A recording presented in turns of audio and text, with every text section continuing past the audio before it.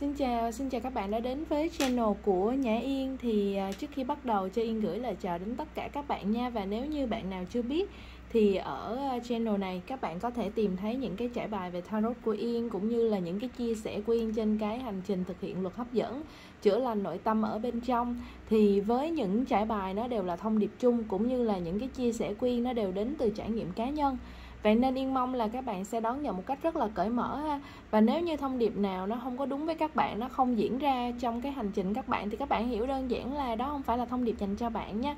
Yên rất là mong những cái video khác của Yên, hoặc là những cái video sắp tới của Yên á, sẽ có cái thông điệp mà bạn cần. Và nếu như các bạn muốn liên hệ với Yên thì ở phần mô tả của video á, bên dưới cái tiêu đề nè, có cái chữ xem thêm á, các bạn bấm vào đó, Yên có để một cái link, thì ở đó có đầy đủ thông tin hết ha. Rồi bây giờ chúng ta sẽ bắt đầu với trải bài của ngày hôm nay nha. Trải bài ngày hôm nay là một trải bài về sự thật về cái người mà các bạn nghĩ đến. Các bạn có một cái đối tượng trong suy nghĩ của mình ha, và cái người đó nghĩ gì về bạn, cái sự thật bạn nên biết về người đó là gì. Và hãy chọn cho mình một tụ nha. Bây giờ Yên sẽ quay để cho các bạn lựa chọn. Và nếu như các bạn muốn Yên làm về chủ đề gì tiếp theo thì các bạn đừng có ngại bình luận ở bên dưới nhé. Rồi bây giờ các bạn hãy nghĩ đến chủ đề của trải bài, đó là sự thật về người này, người ấy ha, cái người mà các bạn nghĩ đến ha. Có thể là người crush, hay là người yêu cũ, hay là người hiện tại, bất cứ cái người nào các bạn nghĩ đến, và họ nghĩ gì về bạn. Rồi chọn cho mình một tụ nha, theo thứ tự là 1, 2 và 3.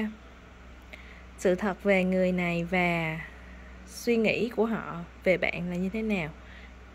Ok, bây giờ Yên sẽ bắt đầu với tụ bài đầu tiên ha. Xin chào các bạn đã chọn tụ bài đầu tiên. Bây giờ để xem là cái sự thật về người này và họ có suy nghĩ gì về bạn nha. Nếu các bạn muốn Yên làm về cái trải bài gì thì các bạn hãy bình luận ở bên dưới nhé. Và đây là một trải bài chung nên các bạn hãy đón nhận cởi mở ha.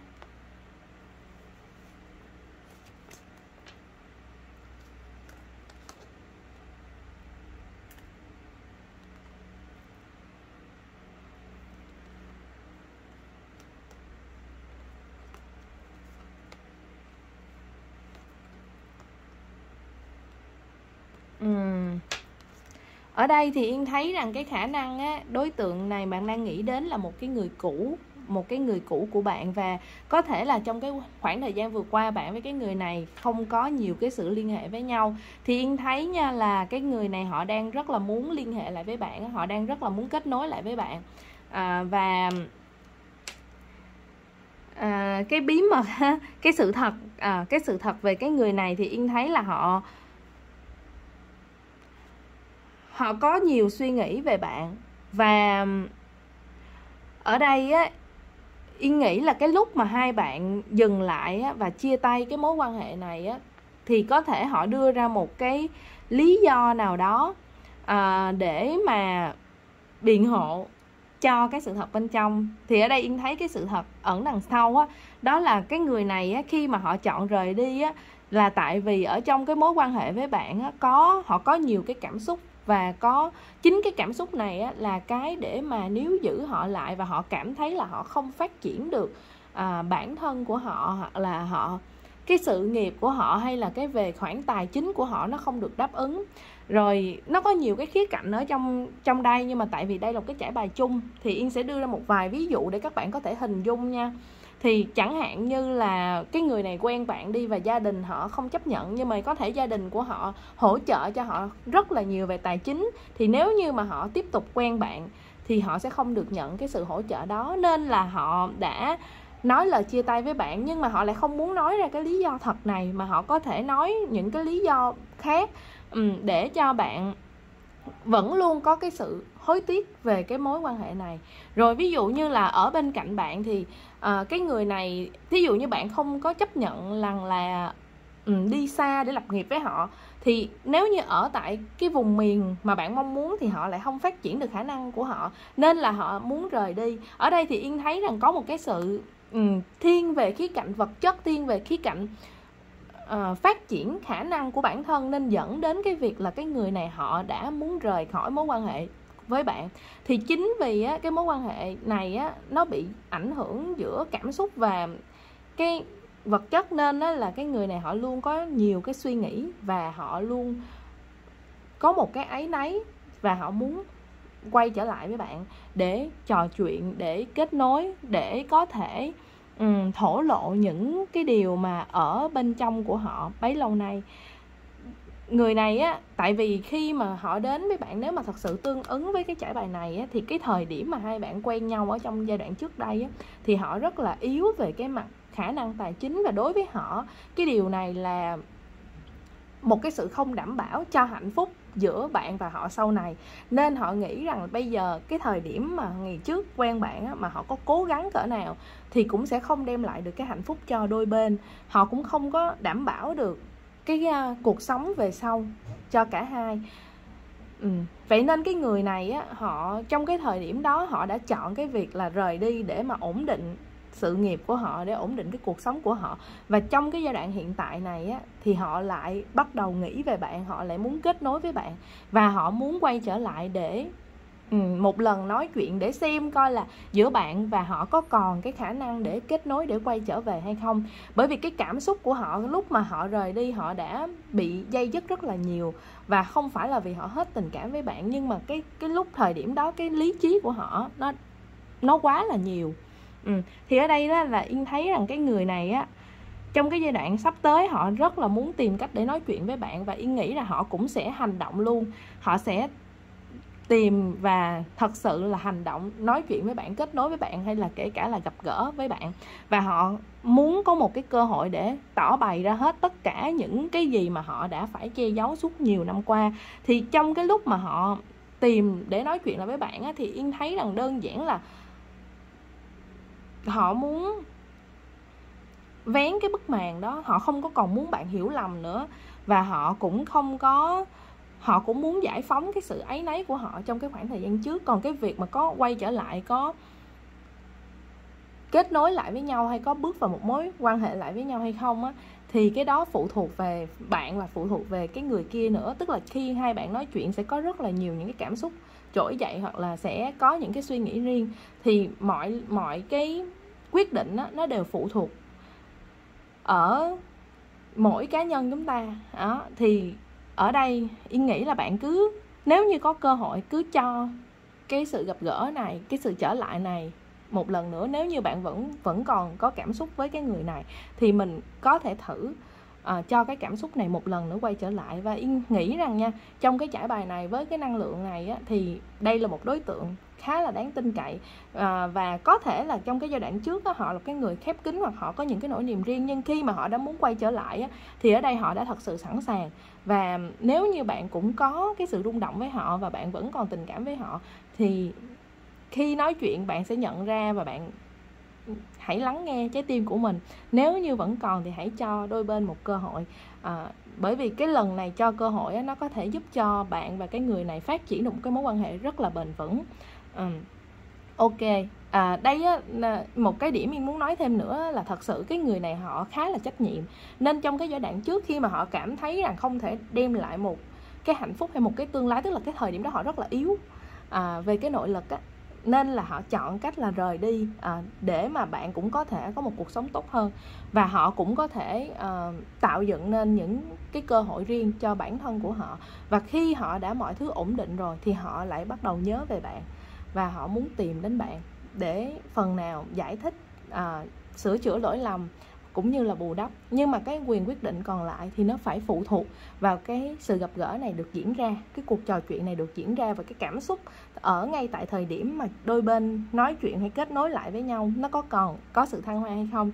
Yên thật sự rất muốn được nghe câu chuyện của các bạn, cũng như là chia sẻ của bạn về cái mối quan hệ với mối tình này.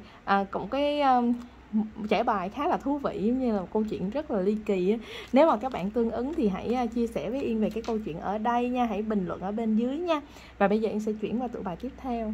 Xin chào các bạn đã chọn tụ bài số 2 này nha, để xem là sự thật về người mà bạn đang nghĩ đến, cũng như là suy nghĩ của họ dành cho bạn là gì nhé.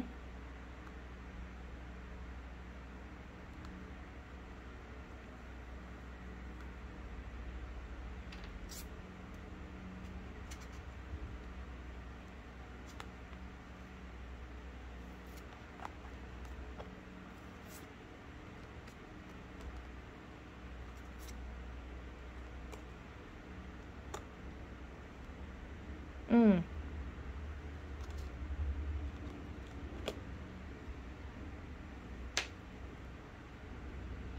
Rồi,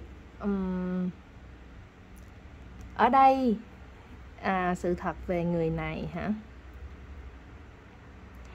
Ở đây thì Yên thấy rằng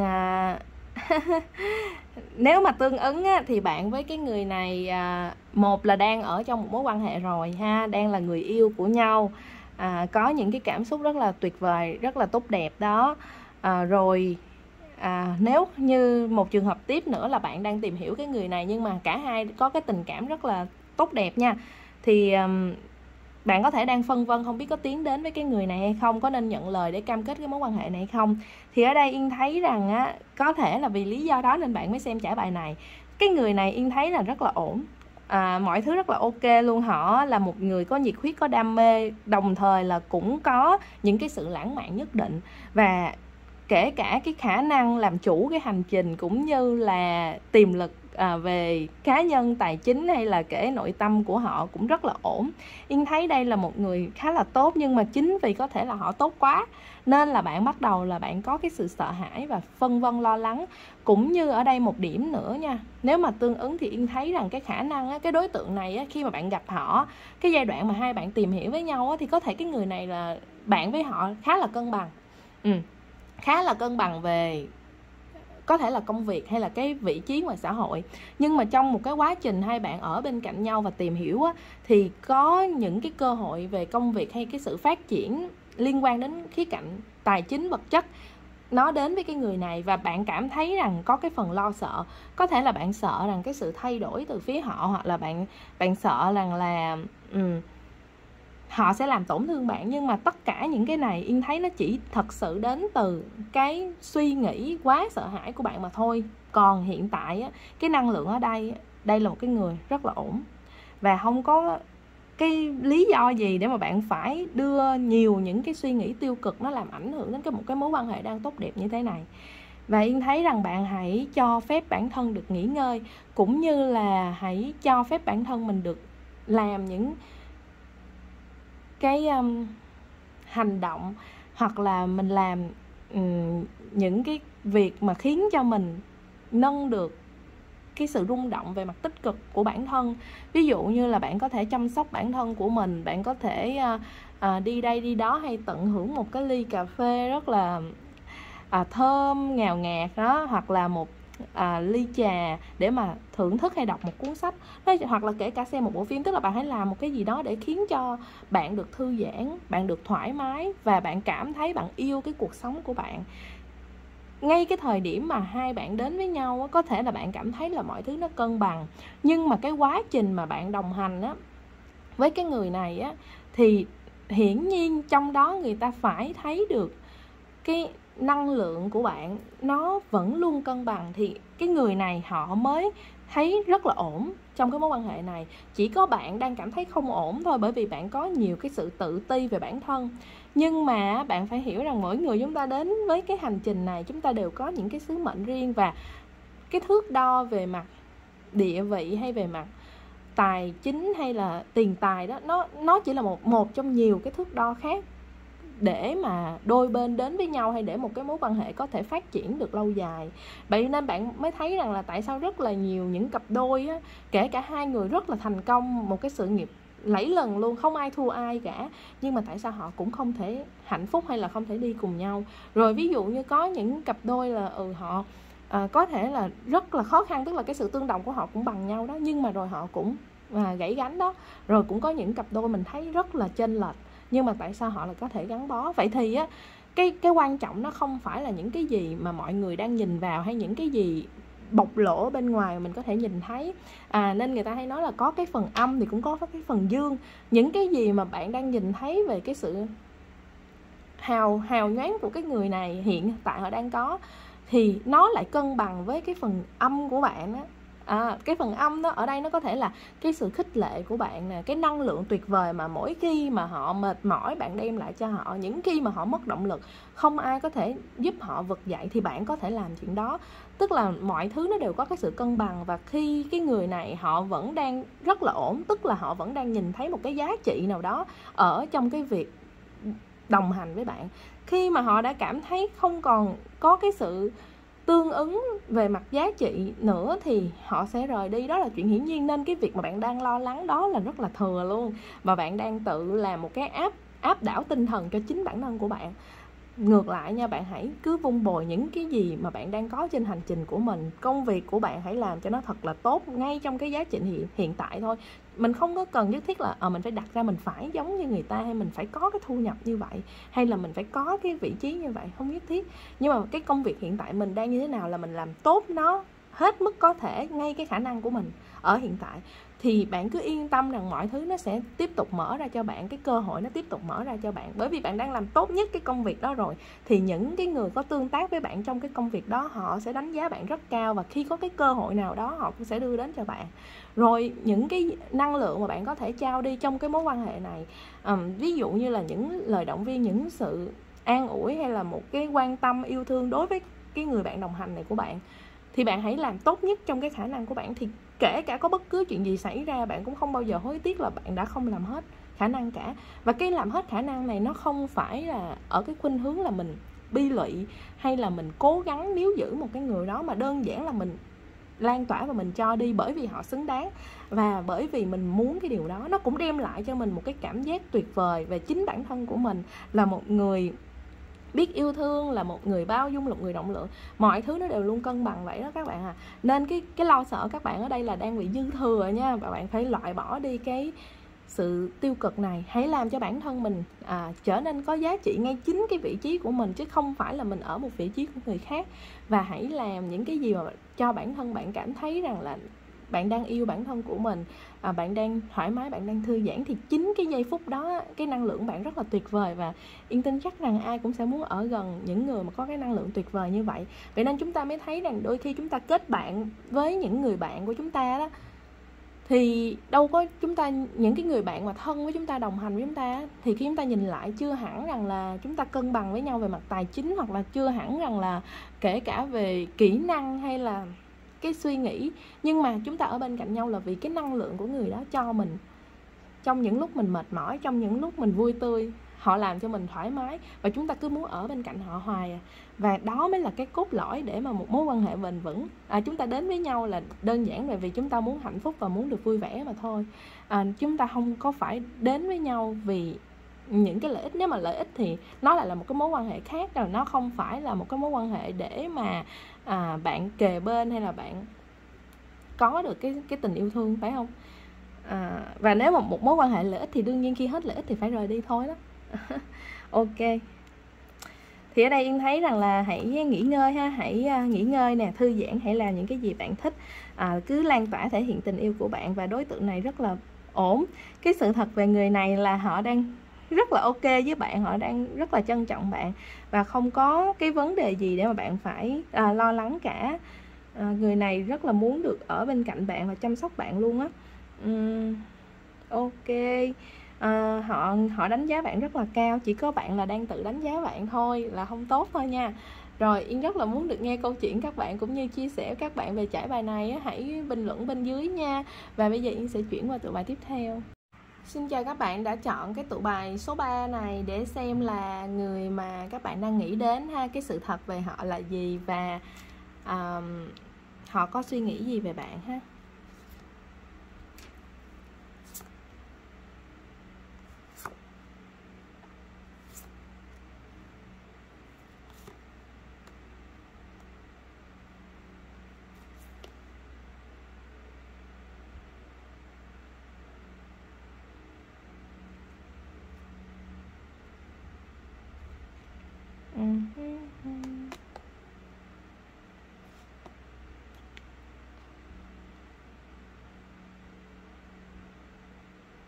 Ok, ở đây thì Yên thấy rằng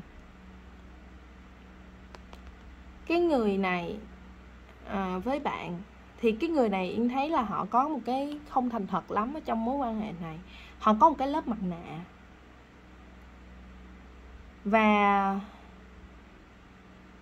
có thể là khi mà bạn tương tác với cái người này á, thì bạn sẽ có nhiều cái sự mâu thuẫn ở bên trong nội tâm của bạn, cũng như là mâu thuẫn với chính người này luôn. Yên thấy rằng ở đây á, người này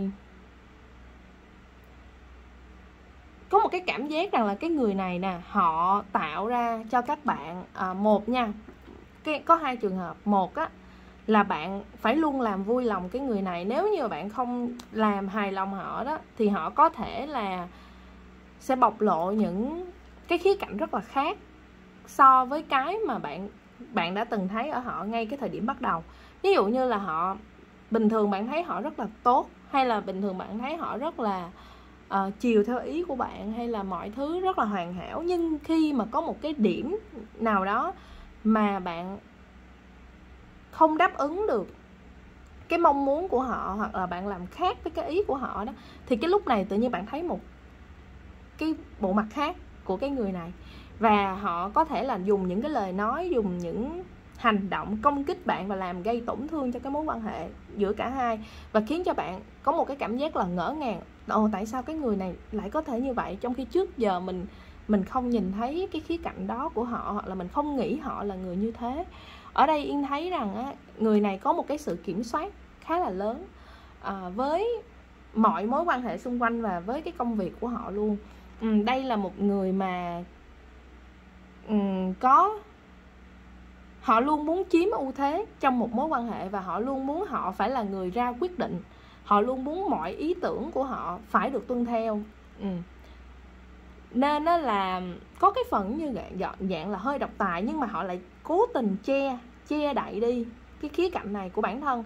Có thể là họ tỏ ra là họ luôn muốn chiều theo ý mọi người, nhưng mà ẩn đằng sau thì nó không phải như vậy. Họ sẽ luôn có cách để mà từ chối những cái điều mà họ không thật sự mong muốn đó, nhưng mà cái bên ngoài họ thể hiện ra thì là họ sẽ chiều ý theo hết.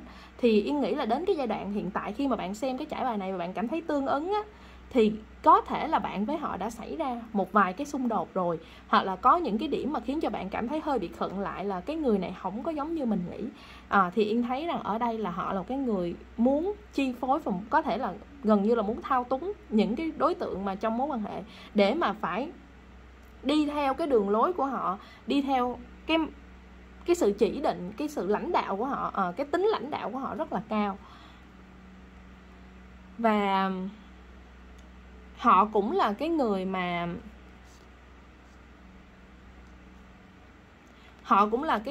mà khi á, mà họ mọi thứ đều vô cái khuôn khổ mà họ đặt ra đó, thì họ sẽ sẵn sàng là cho đi những cái mà họ có nha. Chỉ có một cái điểm ở đây là họ độc tài, họ muốn luôn là người dẫn dắt, luôn là người lãnh đạo trong mối quan hệ. Nên khi mà bạn hoặc bất cứ ai có một cái ý chống đối lại cái ý định của người này, hay ý tưởng tư tưởng của người này, thì họ sẽ có những cái lời nói hay những cái động thái phản ứng lại. Và khi mà phản ứng lại mới đầu có thể là nhẹ nhẹ, tại vì họ luôn muốn cố gắng giấu đi cái sự kiểm soát này. Họ không có muốn cho mọi người nhìn thấy rằng họ là một người kiểm soát, hay họ là một người luôn muốn mọi người đi theo bản thân mình. Họ không có muốn thể hiện cái điều đó ra, nên họ che giấu. Nhưng đến khi mà họ che giấu không được nữa, thì họ sẽ bộc lộ ra một cái cách gọi là hơi tiêu cực. Có thể dùng những lời nói rất là nặng, có thể dùng những hành động dùng dằng, khó chịu, cộc cằn luôn. Và những cái đó nó dội lại, bởi vì trước đó khi họ tiếp cận với bạn á, thì họ che đậy nó mà, nên là bạn không nhìn thấy. Và khi mà họ bộc lộ hết mức những cái tiềm ẩn bên trong đó ra, thì bạn sẽ bị ngỡ ngàng. Nếu như mọi thứ đều đi tuân theo cái chuẩn mực của cái người này, hay cái mong muốn của người này, thì họ lại là một người sẵn sàng cho đi, sẵn sàng dành những cái hành động tốt đẹp với những ai mà nghe theo lời của họ nha. Nhưng nếu như không, thì họ sẽ bắt đầu có những cái thái độ rất là nặng nề. Đó thì là một cái điểm mà bạn cần phải lưu ý. Cái người này có thể là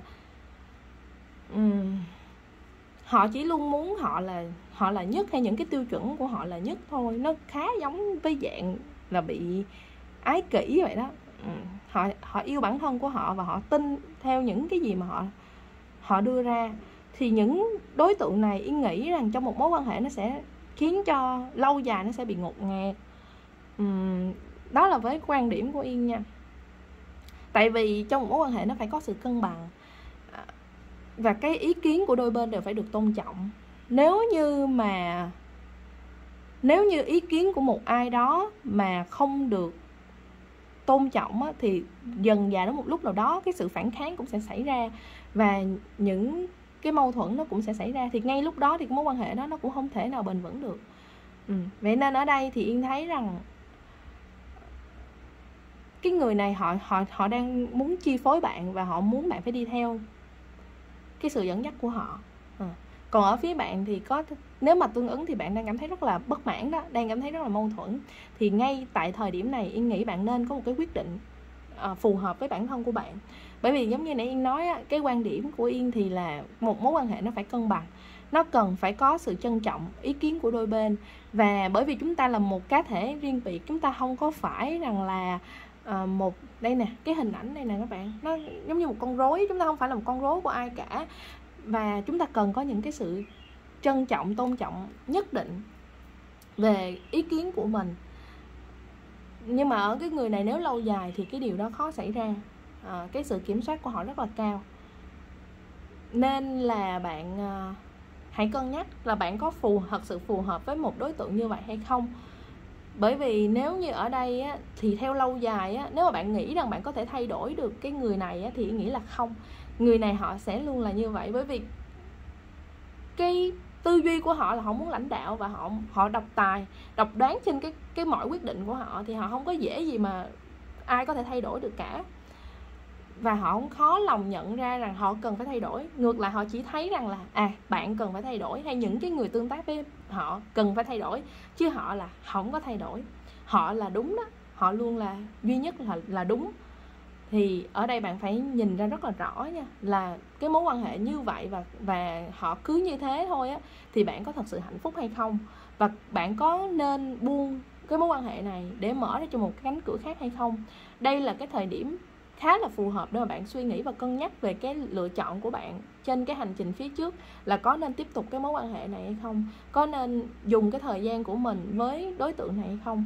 Và bởi vì giống như Yên nói, thường những cái đối tượng như thế này thì họ sẽ luôn có cách để dỗ ngọt bạn, và luôn có cách để làm cho bạn nghe theo lời của họ, nghe theo cái sự sắp xếp của họ. Thì giống như nãy Yên cũng có nói rồi, là nếu như cái người này mà bạn nghe theo mọi thứ sắp xếp của họ đó, thì họ sẽ sẵn sàng là làm tặng cho bạn những cái gì bạn muốn, hoặc là cho bạn những cái món quà, hay là những cái điều bất ngờ, hay những cái điều ngọt ngào. Nhưng chỉ khi mà bạn muốn sống theo ý của bạn, hoặc là muốn đi ngược lại với cái hướng của họ đó, thì cái lúc đó cái mặt nạ nó được lột xuống. Ok, thì đây là một cái chỗ bạn phải cân nhắc rất là kỹ. Một cái mối quan hệ này nó khá là phụ thuộc và nó rất là nặng nề. Nó kìm hãm cái sự phát triển cá nhân rất là cao. Nên nếu như bạn cảm thấy bạn vẫn vui nha trong mối quan hệ này, thì không ai có thể cản bạn đi tiếp hết á. Nhưng nếu như bạn thấy rằng là nó sẽ đem lại cho bạn nhiều tổn thương và mệt mỏi, thì Yên nghĩ rằng bạn nên có sự cân nhắc và nên buông đi. Chúng ta sẽ luôn có những người phù hợp với mình, và chúng ta luôn luôn xứng đáng được hạnh phúc. Nếu như chúng ta tin rằng mình được hạnh phúc, thì cái tiêu chuẩn đó nó sẽ lan tỏa ra những cái nguồn năng lượng, mà bạn sẽ thu hút những người mà làm cho bạn hạnh phúc một cách thật sự. Và một đối tượng làm cho bạn hạnh phúc một cách thật sự là một cái người mà sẽ luôn cho bạn cảm giác an toàn và bình yên, chứ không phải là những cái cảm giác gọi là mặc cảm, tự ti, hay là hạ thấp bản thân của mình khi cần thiết đâu. Ok, đó là thông điệp ở đây. Yên hy vọng rằng là có thể giúp được phần nào trên cái hành trình của các bạn, hay là những cái sự lựa chọn các bạn. Yên rất là muốn được nghe câu chuyện hay là những chia sẻ các bạn. Các bạn hãy cứ yên tâm và chia sẻ với Yên bằng cách bình luận bên dưới nha. Hoặc là liên hệ với Yên theo một cái link Yên có để ở phần mô tả video. Ok, bây giờ thì Yên sẽ dừng trả bài ở đây. Cảm ơn các bạn đã xem. Chào tạm biệt và hẹn gặp lại nha. Bye bye.